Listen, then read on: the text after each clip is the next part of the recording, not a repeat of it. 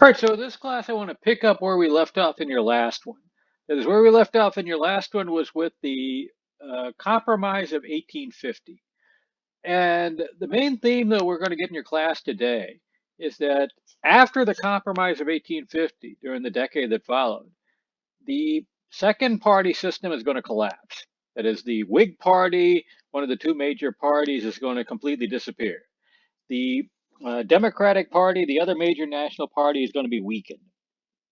And when this occurs, slavery as an issue is going to reawaken in the country. And it's going to be combined with the paranoid conspiracy theories that the political parties had been using in order to try to keep issues out previously. Only now, the paranoid conspiracy theories are going to wind up being focused in on slavery. So we'll be going over this today and then end it with the Civil War. So anyway, let's pick up where we left off last time. Remember, in the previous classes, we've been going over a few themes. One was that you had a political system in America that was designed to avoid issues. It didn't want to talk about anything divisive at all costs. The second is that you had a country that wanted to expand, and that expansion was something that the political parties used in order to avoid divisive issues. If everybody was for expansion, then promote it, all is good. That was the whole principle of manifest destiny. However, every time they expanded, they wound up reawakening the issue of slavery. The third was that in the economy of the United States, this area here is getting stronger as the country is developing factories. And by 1850, this part of the country is now as important economically as the cotton growing regions over here. And this area is growing faster. So as the years go on, the area here in blue is getting more important, the area here in orange is getting less important. And all of those factored into the Compromise of 1850. The Compromise of 1850, you can go over this last time to review it, but the compromise essentially favored the opponents of slavery. That is, where in the issues that came up, the opponents of slavery got more of what they wanted. The supporters of slavery just got some symbolic concessions. And this made the supporters of slavery very uncomfortable. Slave owners by 1850 are starting to wonder if they've got a future in the United States. And they're going to be very, I don't know if the word paranoid fits yet, but they're going to be very concerned about the future. So even by as early as 1850, 51, you're starting to hear the representatives of slave owners talk seriously about breaking up the United States. However, for the two political parties, the Compromise of 1850 settled the issue. That is, now that they had the compromise, they figured they don't have to talk about slavery anymore. If anybody asked a politician what they thought about slavery, they could just say, I support the Compromise of 1850, and that would be it. Didn't work out that way. One of the reasons why was one of the parts of the compromise. The compromise created something called the Fugitive Slave Act. The Fugitive Slave Act created a system of federal courts which were designed to return escaped slaves back to their owners. This whole issue was largely symbolic. Not many slaves escaped from slavery into the northern states. It was no more than about 500 a year out of 4 million slaves. Right? And if you're a slave owner, the Constitution already said that the states that these slaves were escaping to had to send them back. So you really didn't get anything from the Fugitive Slave Act that you didn't already have. However, the design of the Fugitive Slave Act was inherently unfair. Right? And the unfairness of it generated a huge amount of opposition. Let me tell you how it worked. If you were a black person and somebody said that you were their escaped slave, you would be sent before a federal court, not a local court. And then that federal court, your case would be heard by a judge alone. You would not have a jury. In the court that followed, the burden of proof would be on you. That is, if the white man said that you were a slave, you would have to provide proof that you weren't. And that proof would only go to a judge. And the judge in the case would get paid more if he decided you were a slave than if he decided that you were not. So anybody who saw this saw it as a kangaroo court, as something that was inherently unfair. And you had cases where people with escaped slaves, slave catchers who were working for them, would just go into random black communities in the North and kidnap people because all they had to do was put them before a judge, and that random guy they picked up would have to prove he wasn't a slave. Right? So the fugitive slave clause created a lot of opposition because it was unfair. You know, you had people who didn't even particularly care about slavery who were totally appalled by this. And it flamed conspiracy stories. Because remember in the last class, we talked about something called the slave power conspiracy. The idea that the slave owners of America were conspiring to spread slavery everywhere. That is, that they were operating in secret. They were like a cancer spreading throughout the country. They wanted to reduce everyone to slaves, according to the story. Right? They were using bribery and corruption to work their way through the government. And if they weren't stopped, they would reduce everyone to slavery. An unfair court system like this makes that a lot more convincing. So the Fugitive Slave Act generated a lot more growth of the idea of the slave power. The Northern public now is becoming increasingly paranoid. But the political parties are still in charge. The political parties still believe that the current system under the Compromise of 1850 can keep slavery under control. And the majority of the public, North and South, wants to avoid the issue. But then the political parties fell apart. And ironically, the driving force that led to the political parties falling apart was not slavery, it was immigration. When the factories started being built in the North, remember by the 1840s, the factory owners started increasingly turning to immigrants to work in them. And during the 1840s, you had a very heavy period of immigration into the United States. By the end of the decade, 1 out of every 7 people in the United States was born someplace else. That's a very heavy percentage. And when you have a lot of immigrants into the country, you get a lot of resentment of immigrants. Right? This is something called nativism. So you saw a large minority of people in America who started to refer to themselves as nativists. They wanted America for the Native American, and they did not mean Indians, they meant white people who were born here. Right? If you've ever seen the movie Gangs of New York, Gangs of New York was set during the 1840s among nativists. The Daniel Day-Lewis character was based off a real person. He was a leader of a nativist gang who brawled with especially Catholic immigrants in New York City in the 1840s. So you see this growing movement of people who resent immigration. By and large, these people were not of the elite. That is, these weren't the big politicians, the big bankers, the big newspaper editors, the rich people. They were coming from kind of working populations. They were just anonymous people who lived in towns and the like. So when they grew, the political parties largely ignored them. Most people didn't even know they were there. Right? By the early 1850s, they created a political party of their own. They called it the American Party, though it was better known by the nickname the Know Nothings. This was because the party operated in secret. It believed under the conspiracy that if the bosses found out they were organizing against immigrants, that the bosses would retaliate. Right? So if you weren't a member of the party, if somebody asked you about it, well, if you were a member of the party and somebody who wasn't a member asked you about it, you were supposed to answer, I know nothing.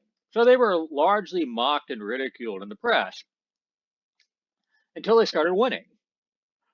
And now all of a sudden, because this know nothing party was gaining a lot of support, both political parties now had to take a stand in immigration, an issue they didn't even know was an issue in 1845, and a divisive issue that they would prefer to ignore because they wanted to ignore all divisive issues. The Democratic Party resolved the issue by becoming in favor of the immigrants. That is, if you were an immigrant, somebody who was coming in from Ireland, Germany, in all probability, you joined the Democratic Party. Right? But doing so cost the Democratic Party a lot of nativist support because also they had a lot of support among working people in the cities. So the Democratic Party was weakened by nativism. That is, it led the Democratic Party to be less strong than it was in the 1840s. For the Whig Party, it was worse. Because remember, the parties were largely ethnocultural coalitions. What ethnicity you were, what church you went to determined what party you joined. The Whigs were largely a party of native born people. Right? So the nativists, the know nothings, were appealing to the same populations that the Whigs did. This put the Whig Party in a very difficult situation. If they decided to attack immigrants, if they tried to steal the thunder of the know nothings, they would attract their own party, their own people. That is, the voters who voted for them would be pleased by this. But they were just the second largest party in the United States after the Democrats. And the fastest growing segment of the population were the immigrants. So if they went against the immigrants, then they would basically condemn themselves to losing elections in the future and to lose them bigger and bigger. On the other hand, if they went with the immigrants and told the know nothings to go screw themselves, they would alienate their own voters. So if you were a Whig politician, the know nothings put you in a squeeze. You were in a very difficult spot. How the Whigs settled the issue was they decided that they were going to be on both sides of it. That is, Whig parties, when they went to immigrants, talked about how great immigrants were. If they were talking in front of natives, they would talk about how horrible the immigrants were. A good example of that is the Whig Party candidate for president in 1852. They picked a general, Winfield Scott. He was the general that took Mexico City during the Mexican War. Winfield Scott, when he would tour America in 1852, would go before nativist audiences and say how he was going to save American workers from the foreign immigrants. However, when he went before immigrant audiences, he pointed out that his daughters had converted to Catholicism and how much he was charmed by the Irish people's brogue, their accent. So, what happens when you are on both sides of an issue like that? It turns out you wind up alienating everybody because everybody thinks you're a phony. The immigrants found out what the Whigs were saying behind their backs. The nativists found out what the Whigs were saying behind their backs. So by the end of the 1852 campaign, the Whig Party was pretty much destroyed by this. Winfield Scott was overwhelmingly defeated in the elections of 1852. It would be the biggest defeat since the Whig Party was created.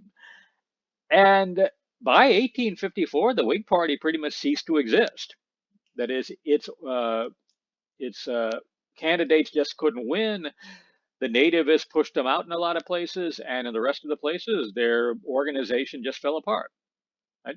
So the two-party system that was created in the 1820s and 30s, that was designed specifically to avoid issues, no longer is functioning. Right? And in this context, slavery reemerges again as an issue. It reemerged as an issue because of this man here. His name is Stephen Douglas. And Stephen Douglas, more than anyone else, is going to set the train of events that is going to lead to the Civil War.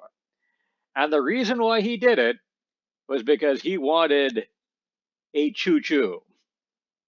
Right? Let me explain what I mean. Stephen Douglas was a senator from Illinois. He was a Democrat. He was a professional politician, meaning that he did not give a rat's ass about issues. All he wanted to do was win. And he assumed that everybody else felt the same way. At the time, the United States was talking about building a railroad from the Atlantic to the Pacific. Remember, they had just gained California and they had found gold in California. Right? So, for patriotic and for economic and also for national security reasons, they wanted to build a railroad to connect California to the Eastern Rail Network. The question was, where was that railroad going to connect to the Eastern Rail Network? Some people said that the railroad should go from California to New Orleans. Other people said the railroad should go from California to Memphis. Other people said the railroad should go from California to St. Louis. Stephen Douglas wanted this railroad to go from California to Chicago. Why Chicago? Because he was the senator from Illinois. If the railroad went to Chicago, Chicago becomes very important. Right? And a lot of people who gave a lot of money to make sure Stephen Douglas became a senator make a lot of money. Right? So Stephen Douglas wanted the Transcontinental Railroad built. He wanted it to go to Chicago. His problem was this area over here in Grape. This area was brought into the United States as part of the Louisiana Purchase. Right? I remember when we talked about this in 1820. This area was thought of as the Great American Desert in 1820. That is, they thought that there wasn't enough rainfall there in order to have American-style farming. So the Congress never bothered to organize any governments over here. They figured this land would just be left for the Indians and the buffalo. By the 1850s, though, it started raining a great deal in that area. That is, the 18 teens, when Lewis and Clark were there, was a time of drought, below average rainfall. 1850s was a time of above average rainfall in this area. So now all of a sudden, the maps were calling this the Great American Garden. They thought that farmers could go out there and raise a lot of crops. Right? So with this in mind, let's see the situation that Stephen Douglas is in. He wants to build a railroad from here to here. In order to do that, he has to get territorial governments formed over here. Right? Because if there are no governments over there, then there's no law and order over there. And if there's no law and order, could anything bad happen if a train full of, say, gold should go through it? Right? So Douglas wanted Congress to create territorial governments over here to maintain law and order. The southern states stopped it because if it is raining over here now, and this is now good farmland, that means that people are going to move over here. These people, in turn, are going to create more states. And in a country divided between free states and slave states, which side is this area going to be on? Remember, the Missouri Compromise said that slavery would not be allowed here. Right? So already the South is out, the slave states are outnumbered 16 to 15. They will just be outnumbered more and more and more and more and more. Right? So Douglas saw a problem. That is, the country was politically paralyzed because of slavery. And you can see a lot of echoes of that today. That is, the divisions in the nation as a whole over political parties, over identity, over issues like abortion, over guns, so on and so forth, has basically paralyzed the government, even in things that seem pretty straightforward, like dealing with the epidemic. The government seems to be grinding to a halt. They had the same issue in 1852. But where some people see problems, other people see opportunities. In this case, Douglas saw an opportunity. If he could figure out a way to break the impasse, to get the southern states to cooperate and create territorial governments over here, not only would he get his choo-choo, he would also, in the process, prove to the southern states that he could be trusted. And if he could prove that to them he could be trusted, then with their support, he could get the Democratic nomination for president. And because by this time, remember, the North had more people, right? So slave states knew they couldn't elect their own guy to be something like president. However, if they could get a northern politician to support them, then that northern politician could make sure that they wouldn't be harmed. Remember, that's why they supported Andrew Jackson and Martin Van Buren in the 1830s. They wanted support from northern politicians to limit the discussion over slavery. If Douglas could prove to them he could be trusted, then they could push him all the way to the top. Douglas was ambitious, so he decided to take it on. He was going to look to try to cut a deal with the slave owners. The deal he cut was called the Kansas-Nebraska Act, one of the most important laws in the history of the United States. The Kansas-Nebraska Act did the following. It divided this area here in purple into two territories, Kansas and Nebraska. Right? And it said that slavery in those areas would be decided by something called popular sovereignty. Popular sovereignty worked like this. The territories would hold an election once they had a minimum number of people living there. In this election, they would vote over whether or not to allow slavery in the territory. Right? Then that result of that election would hold until there were enough people in the area that they could apply for statehood. To Douglas, this was a perfect solution.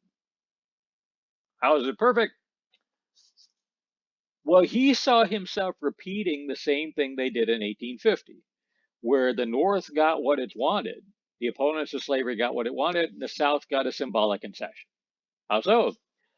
Well, what the northern states wanted was they wanted this area organized into territories so it would be open for settlement and they could build a transcontinental railroad to it. Right? By having the South agree to the Kansas-Nebraska Act, he would get that. The concession he was giving, he thought, which was the popular sovereignty vote, he saw it as just a symbolic concession, kind of like what they got in the Fugitive Slave Act in 1850. Why is this symbolic? Well, he figured you can't grow any cotton over here. You can't grow any tobacco. So even if you could bring a slave into these territories, the economics would say you wouldn't do it. Right? So he figured the South gets to feel better about themselves. The North gets all this territory here to develop. Everybody gets something. And Stephen Douglas, by selling himself to both the North and the South, gets to promote himself to be president. And he gets his choo-choo, and the guys that paid for him to be in the Senate all get rich. So Douglas used his influence in the Senate to get the Kansas-Nebraska Act passed. Okay? It did. However, it did not work out the way he thought. Instead, the Kansas-Nebraska Act, probably more than anything else, is going to completely shatter the politics of the United States. It's going to lead the country towards the complete destruction of the political system and the Civil War. Right? Because the Kansas-Nebraska Act generated a hysterical reaction in the northern states. Why would the North be mad about the Kansas-Nebraska Act? Well, the way they saw it was a deal was a deal. They had a deal with the southern states in the Compromise of 1820, where these areas would be closed off for slavery. Now, all of a sudden, that deal was being changed. The majority of people in the North didn't want it to change. It was being changed anyway. So what gives? To the Northern public, there was a very straightforward explanation for this. The straightforward explanation was this is all the result of a conspiracy. Right? What do they mean? Well, remember how these monster institution conspiracies work. There is a group operating in secret, in this case, the slave owners. You remember that slave power conspiracy that was building up through the 1840s. These slave owners are using bribery and corruption to use the people's government against them. That's why the Congress was willing to vote for the Kansas-Nebraska Act. Right? Its ultimate goal is to spread slavery everywhere. And if it didn't stop, all people, regardless of race, would be reduced to slavery, except for the handful of people who owned them. Right? There was no such conspiracy out there among the slave owners, but that didn't matter. What mattered was that by this point, the Kansas Nebraska Act pushed the majority of the northern population to believe there was. So they started to organize to try to defend themselves. You can kind of see it in this broadside over here. It said, choose delegates to meet in a mass convention at Worcester, the 20th, the 20th institution to teach the South we have a North and will maintain our constitutional rights. That's a pretty strong statement. These are the statement of people who feel that the Kansas Nebraska iniquity is a word for crime, right, was something that was being shoved down their throats by a conspiracy. How many people believe this? Right? Well, this idea was pushed even further when the law actually passed. Because when the law passed, an election in Kansas is going to decide whether or not to allow slavery in Kansas. So both pro and anti-slavery people rushed in people to try to vote in that election. They brought their guns with them. The next thing you know, there's a civil war in Kansas. The word bloody Kansas starts appearing in the newspapers. I believe it's on your terms list as well. So the Northern public sees this, and a lot of them are outraged. They feel that this is a conspiracy to destroy them. They had been trained by their political system for years that they were conspiracies out to destroy them. They come from a political culture that is paranoid anyway. How many of them were paranoid? Well, they formed a political party to try to save themselves. They called it the Anti-Kansas Nebraska Act Party. They decided that name was stupid, so they came up with one that was smoother, the Republican Party. It was created in 1854, and this is the same Republican Party that's around today. It was created to fight against a conspiracy of slave owners that didn't actually exist. How well did it work? Well, in 1856, it ran candidates for office for the first time. It won all of these states here in red. And if a handful of votes would have shifted in Pennsylvania, Indiana, and Illinois, they actually would have elected the president in New Jersey. They actually would have elected the president in 1856. This shows you the condition of the country at this time. That is, the northern public now believed that the slave owners were not just wrong, they thought the slave owners were a conspiracy to destroy them. Right? The slave owners saw this. Slave owners, remember, already were seeing themselves behind the eight ball. They saw themselves losing power in the country, and they didn't understand it. How could the northern public think that they were conspiring to destroy America? The conclusion they drew was the only way the northern public could believe that was because the northern public was the conspiracy out to destroy America. They saw the Republican Party as a monster institution. They referred in the South to something called the Black Abolitionist Conspiracy. Black meaning both evil and racial. They saw that abolitionists were a monster institution that were taking over the South, taking over the North. Their ultimate goal was to take over the government and start a race war that would destroy all the white people in the South. So by 1856, you get a situation where majorities in both the North and the South think that the other side is not just wrong, the other side is a conspiracy to destroy them. Right? And there is a general consensus among the political leadership that if the Republican Party ever wins, if they ever take control of the government, then the entire country will basically fall apart. Those slave owners will not stay in a country run by Republicans, so they will try to leave and form their own nation. So the country is basically on a knife's edge by 1856. It could fall apart. And the new president is going to try to deal with it. His name is James Buchanan. James Buchanan was another one of those politicians who did not give a rat's ass about issues. All he cared about was winning and cutting deals. He was also one of those northern politicians who got ahead by supporting the slave owners. In the North, they called them dough faces. Okay, a doughface was a northern politician who was basically a puppet of the slave owners among anti-slavery people. Right? So Buchanan was somebody who didn't care about slavery. He was somebody who, if anything, was sympathetic to slave owners. He wanted this issue gone. That is, he said that talking about slavery could destroy the country, and he wants to figure out a way to bury it.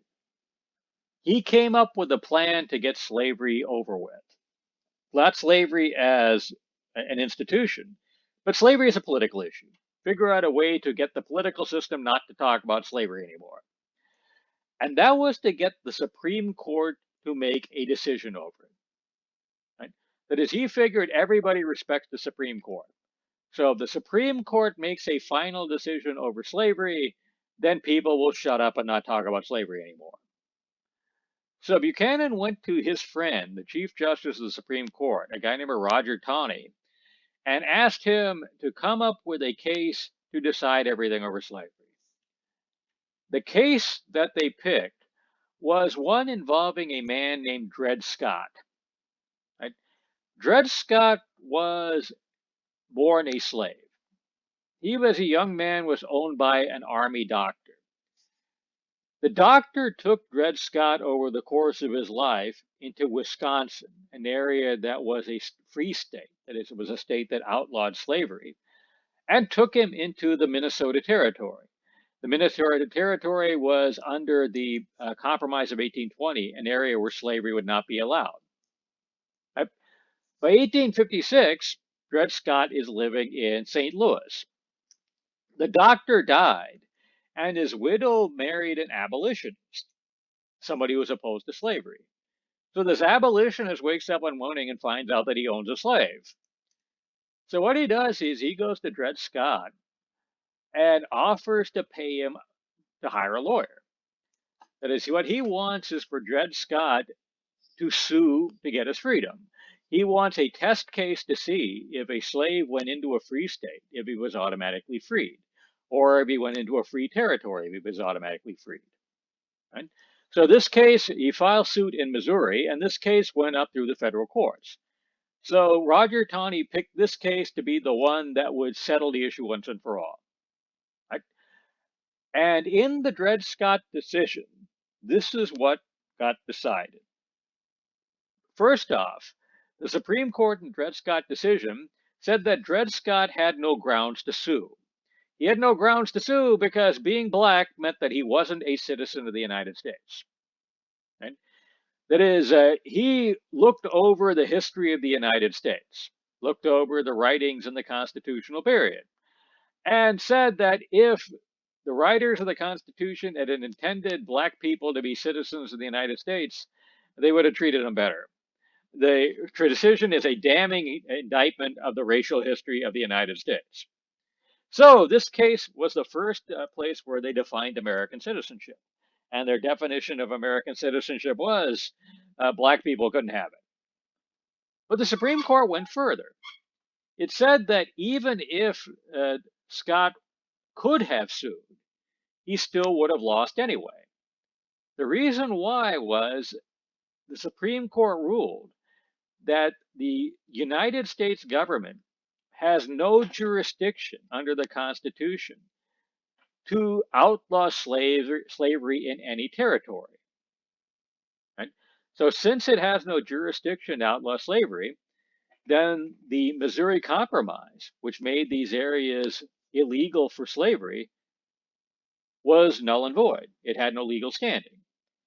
Also, what it means is that the Kansas-Nebraska Act, which said that slavery would be decided in territories by the basis of popular sovereignty, was also null and void. That is, if you're a slave owner, you could bring your slave into any federal territory you want.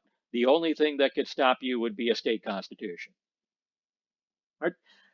This is generally considered one of the worst Supreme Court decisions in the history of the United States, because over the first 50 years of the United States, the writers of the Constitution wrote several laws which limited the ability to take slaves into territories. A number of them were in Congress when they passed the Northwest Ordinance. The majority of them voted were majority of the writers of the Constitution were actually in Congress in 1820 and voted for the Compromise of 1820. Right? So the Supreme Court ruled that that any kind of congressional restrictions on slavery in federal territories was illegal. The president figured that this would end the debate over slavery once and for all. It did not turn out that way. All it did was outrage the North more. Because if you are somebody who believes in the slave power conspiracy, what could you see in the previous 30 years of American history? You saw okay, the anti-slavery people were promised all of Oregon. They didn't get it. They saw that pro-slavery people took Texas and on the basis of a bunch of lies, invaded Mexico to get more land. And they saw the fugitive slave clause, which created unfair courts, which could label anybody to be a slave. You would have to prove that you weren't. Right? They saw the Missouri Compromise, what they saw as a sacred deal, overturned without their consent. And now they see the court saying that the Missouri Compromise wasn't constitutional in the first place, that the only thing that could stop slavery would be a state constitution. All they need is one more Supreme Court decision that says the state constitutions can't end slavery either, and then the slave power conspiracy is won. They have reduced the country into a handful of people who own slaves and everybody else who is effectively a slave, if not in name a slave. Right? That is, the Dred Scott decision pushed the slave power conspiracy over the goal line in the northern states. If a majority believed in it after the Kansas-Nebraska Act, now a consensus of the northern states believe it. Right? So if Buchanan was looking to end debate over slavery, what he did was actually threw gasoline on the fire. He wound up supercharging the whole idea of the slave power conspiracy.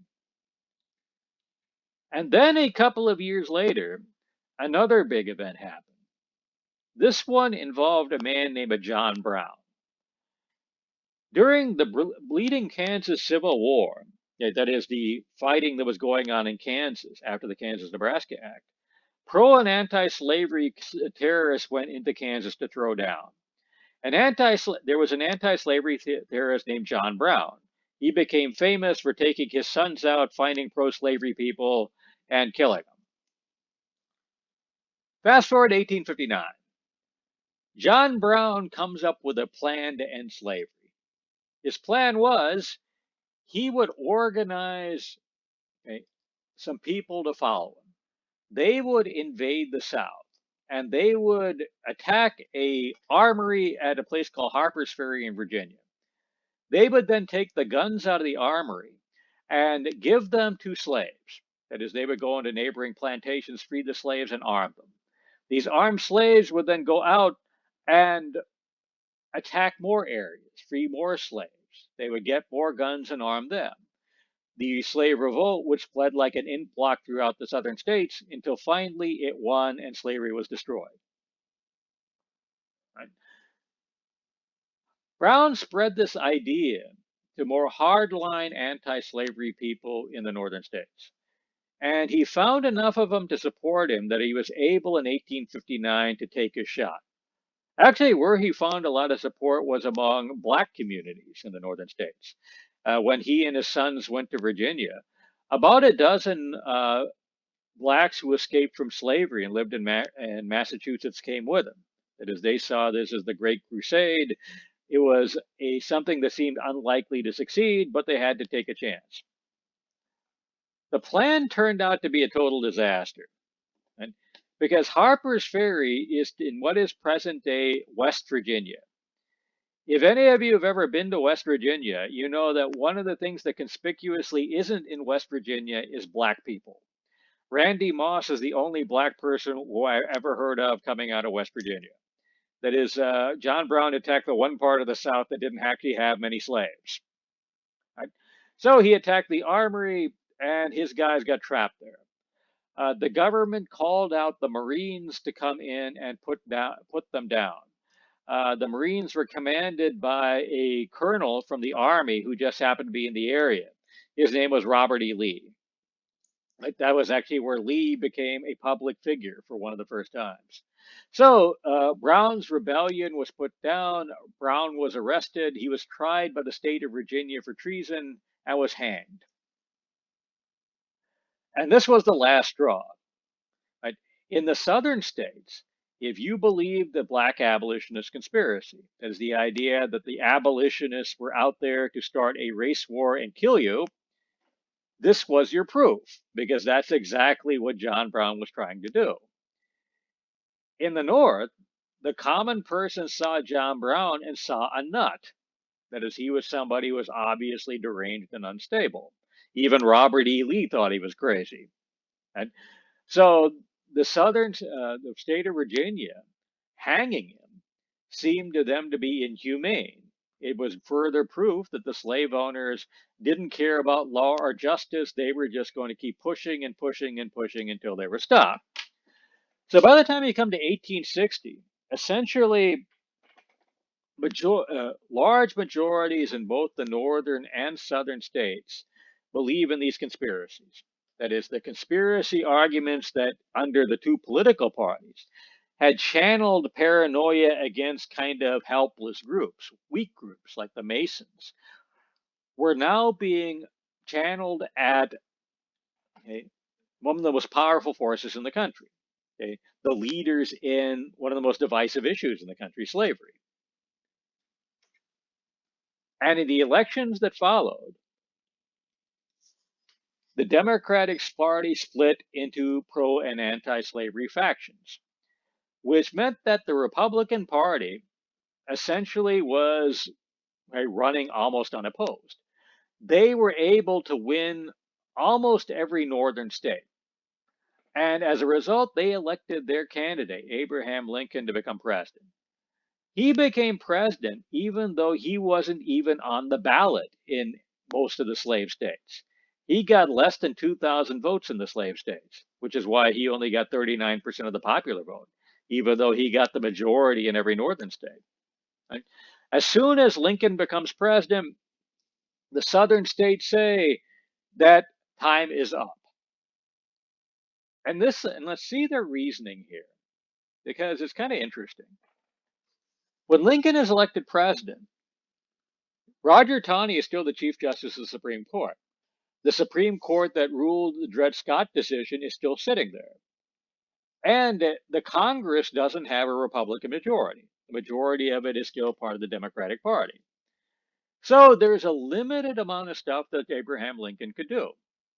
So if you are one of these slave owners, why don't you just wait it out? See what Lincoln does. Okay? If he turns out to be bad, you can act being bad in your interests. But if he can't do anything, you could just paralyze him. Right? You do that if you're fighting against a politician.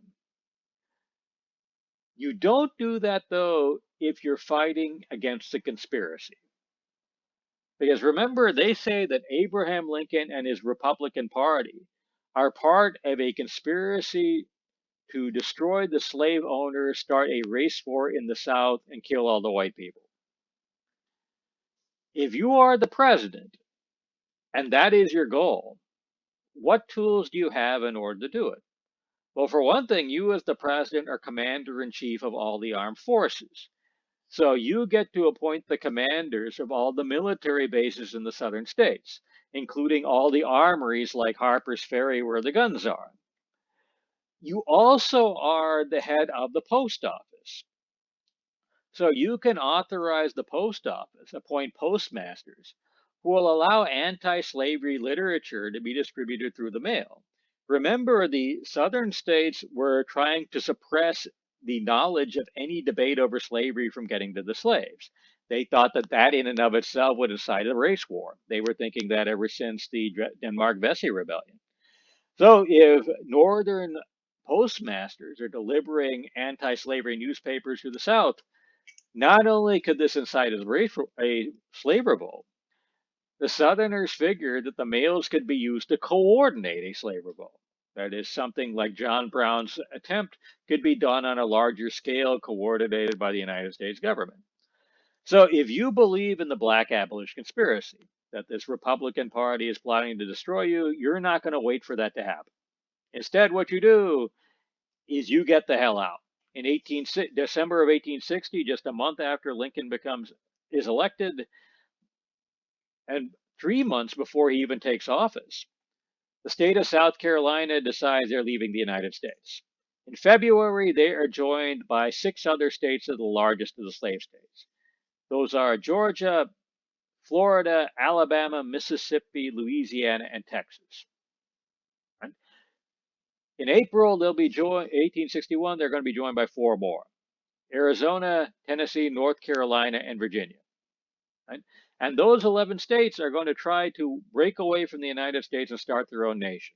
And this is going to be the American Civil War. And that's the final topic I'm going to cover in this class, and we're going to cover that in your next recording.